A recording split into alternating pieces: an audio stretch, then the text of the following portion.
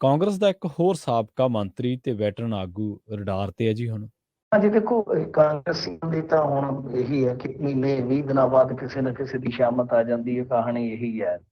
ਹੁਣ ਬ੍ਰਹਮ ਮਹਿੰਦਰਾ ਨੂੰ ਪੁੱਛਗਿੱਛ ਵਾਸਤੇ ਤਲਬ ਕੀਤਾ ਗਿਆ ਹੈ। ਦੱਸਦੇ ਆ ਕਿ ਜੋ ਖਬਰਾਂ ਨੇ ਉਹਦੇ ਮੁਤਾਬਕ ਕਿ ਜਾਇਦਾਦ ਤੋਂ ਇਹ ਸਾਰਾ ਸੂੜੀ ਜਿਹੜਾ ਕੰਮ ਹੁੰਦਾ, ਤੁਹਾਨੂੰ ਪਤਾ ਕਿ ਇਨਕਮ ਘੱਟ ਹੈ, ਜਾਇਦਾਦ ਵੱਧ ਹੈ। ਹਾਂਜੀ ਹਾਂਜੀ। ਇੱਥੇ ਆਮ ਜਿਵੇਂ ਲੋਕਾਂ ਨੂੰ ਇਹ ਫਿਕਰ ਹੁੰਦਾ ਨਾ ਕਿ ਆਮਦਨੀ ਘੱਟ ਆ, ਖਰਚਾ ਜ਼ਿਆਦਾ, ਆਮਦਨੀ 98 ਖਰਚ ਰੁਪਈਆ। ਤਾਂ ਜੀ ਜੀ। ਇੱਥੇ ਇਹ ਫਿਕਰ ਹੁੰਦਾ ਹੈ ਕਿ ਆਮਦਨੀ ਤੇ ਅਸੀਂ ਕਾਗਜ਼ਾਂ 'ਚ ਇੰਨੀ ਵਿਖਾਈ ਹੈ, ਜਾਇਦਾਦ ਦੀ ਫਿਕਰ ਉਲਟਾ ਹੋ ਜਾਂਦਾ ਇੱਥੇ। ਤਾਂ ਖੈਰ ਇਹ ਪੁੱਛਗਿੱਛ ਹੁਣ ਇਸ ਬਿਆਨ ਤੇ ਹੋਏਗੀ, ਇਸ ਆਧਾਰ ਤੇ ਹੋਏਗੀ ਕਿ ਹਾਂ ਬਈ ਤੁਸੀਂ ਆਪਣੀ ਆਮਦਨ ਦੇ ਅਨੁਸਾਰ ਹੀ ਜਾਇਦਾਦ ਬਣਾਈ ਹੈ ਜਾਂ ਵੱਧ ਘੱਟ ਹੈ। ਇਸ ਤੋਂ ਇਲਾਵਾ ਵੈਸੇ ਤੇ ਜੇ ਤੁਸੀਂ ਭੁੱਲੇ ਨਾ ਹੋਵੋ ਜੀ ਜੀ ਤਾਂ ਬ੍ਰਹਮ ਮਹਿੰਦਰਾ ਤੇ ਇੱਕ ਵਾਰੀ ਦੋਸ਼ ਲਾਏ ਸਨ ਬੈਂਸ ਨੇ।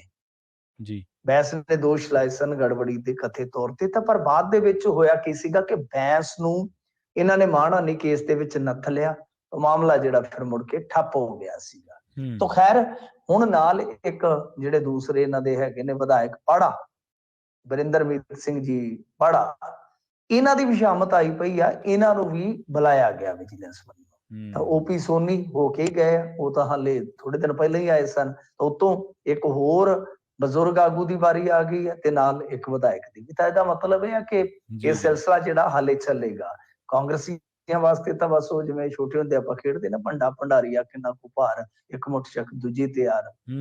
ਇੱਥੇ ਤਾਂ ਹਾਲਾਤ ਤਕਰੀਬਨ ਵੈਸੇ ਆ ਕਿ ਬਈ ਕੋਈ ਆ ਹੀ ਜਾਂਦਾ, ਕੋਈ ਜਾਈ ਜਾਂਦਾ। ਉਹ ਇੱਕ ਨੂੰ ਸਾਂਭਦੇ ਆ ਕਿ ਹਾਂ ਨਹੀਂ ਇਹਦੇ ਨਾਲ ਧੱਕਾ ਹੋ ਗਿਆ ਤਾਂ ਦੂਜਾ ਜਦ ਨੂੰ ਤਿਆਰ ਹੋ ਜਾਂਦਾ। ਹਾਂਜੀ ਬਿਲਕੁਲ। ਹਾਂ ਬਿਲਕੁਲ ਮਿੰਟੂ ਜੀ, ਇਹ ਵੀ ਚਰਚਾ ਵੀ ਚਲੋ ਜਿਵੇਂ ਤੁਸੀਂ ਦੱਸ ਕੇ ਹਟਿਆ ਵੀ ਇਹ ਕਈਆਂ ਦੀ ਤਾਂ ਸ਼ਾਮਤਾ ਹੀ ਰਹਿੰਦੀ ਹੈ ਤੇ ਆਏ ਹਫ਼ਤੇ ਜਾਂ 15 ਦਿਨਾਂ ਬਾਅਦ ਕਿਸੇ ਨਵੇਂ ਕਾਂਗਰਸੀ ਦਾ ਨਾਂ ਆ ਜਾਂਦਾ। ਪਰ ਵੈਸੇ ਇੱਕ ਚਰਚਾ ਇਹ ਵੀ ਹੈ ਮਿੰਟੂ ਜੀ, ਅੱਜ ਇੱਕ ਰਿਪੋਰਟ ਪੜ੍ਹੀ ਜਿਹਦੇ ਵਿੱਚ ਲਿਖਿਆ ਸੀਗਾ ਵੀ ਕਈ ਕਾਂਗਰਸੀ ਆਗੂ ਤੇ ਕਈ ਅਫਸਰ ਵਿਦੇਸ਼ੀ ਉਡਾਰੀ ਮਾਰੀ ਬੈਠੇ ਆ। ਜਿਵੇਂ ਰਾਜਪੁਰਾ ਦੇ ਵਿੱਚ ਕੰਬੋਜ ਵਿਧਾਇਕ ਕੰਬੋਜ ਹਰਦਿਆਲ ਸਿੰਘ ਕੰਬੋਜ, ਜਿਨ੍ਹਾਂ ਦੇ ਪੱਤਰਕਾਰ ਨੇ ਖੁਦਕੁਸ਼ੀ ਨੋਟ ਦੇ ਵਿੱਚ ਨਾਂ ਵੀ ਲਿਖਿਆ ਉਹਨਾਂ ਦਾ ਵੀਡੀਓ ਦੇ ਵਿੱਚ, ਉਹ ਆਪਦੇ ਪੁੱਤਰ ਸਮੇਤ ਵਿਦੇਸ਼ ਬੈਠੇ ਆ। ਸਾਬਕਾ ਮੁੱਖ ਮੰਤਰੀ ਚੰਨੀ ਸਾਹਿਬ ਵਿਦੇਸ਼ ਬੈਠੇ ਆ, ਮਦਨ ਲਾਲ ਜਲਾਲਪੁਰ ਵਿਦੇਸ਼ ਬੈਠੇ ਆ, ਕੁਲਬੀਰ ਜੀਰਾ ਵਿਦੇਸ਼ ਬੈਠੇ ਆ। ਅਧਿਕਾਰੀਆਂ ਦੇ ਵਿੱਚ ਗੱਲ ਕਰੀਏ ਤਾਂ ਕਹਿੰਦੇ ਅਧਿਕਾਰੀ ਵੀ ਖੜੇ ਨਹੀਂ ਇੱਥੇ, ਉਹ ਵੀ ਜਿਹੜੇ ਰਕੇਸ਼ ਸਿੰਗਲਾ ਹੋ ਗਏ ਜਾਂ ਹੋਰ KBS ਸਿੱਧੂ ਹੋ ਗਏ, ਸਰਵੇਸ਼ ਕੌਸ਼ਲ ਹੋ ਗਏ, ਉਹ ਵੀ ਸਾਰੇ ਵਿਦੇਸ਼ ਬੈਠੇ ਆ। ਹੋਰ ਤਾਂ ਹੋਰ ਕਹਿੰਦੇ ਕੁਲਬੀਰ ਜੀਰਾ, ਇਹਨਾਂ ਦੇ ਵਿਰੁੱਧ ਕੋਈ ਕੇਸ ਵੀ ਨਹੀਂ ਚੱਲ ਰਿਹਾ, ਪਰ ਬਾਵਜੂਦ ਇਹਦੇ ਵੀ ਵਿਦੇਸ਼ ਬੈਠੇ ਆ। ਸੋ ਇੰਨੀ ਦਹਿਸ਼ਤ ਆ ਕਾਂਗਰਸ ਦੇ ਵਿੱਚ।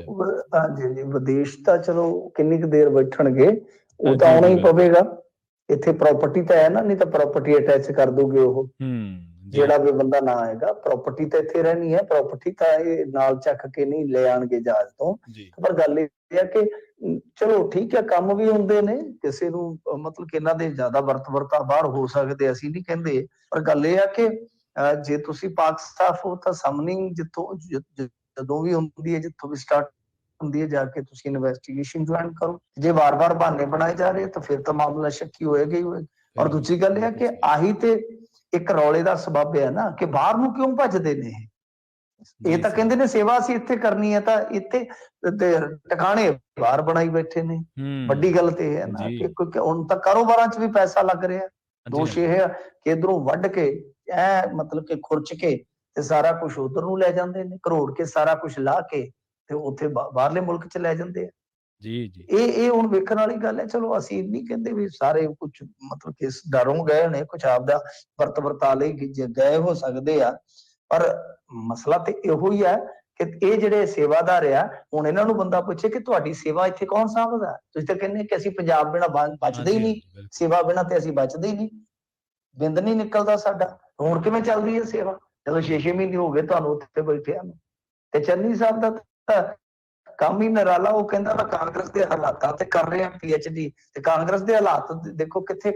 ਹਾਂਜੀ ਬਿਲਕੁਲ, ਥੀਸਿਸ ਪੂਰਾ ਕਰਨਾ ਕਹਿੰਦੇ।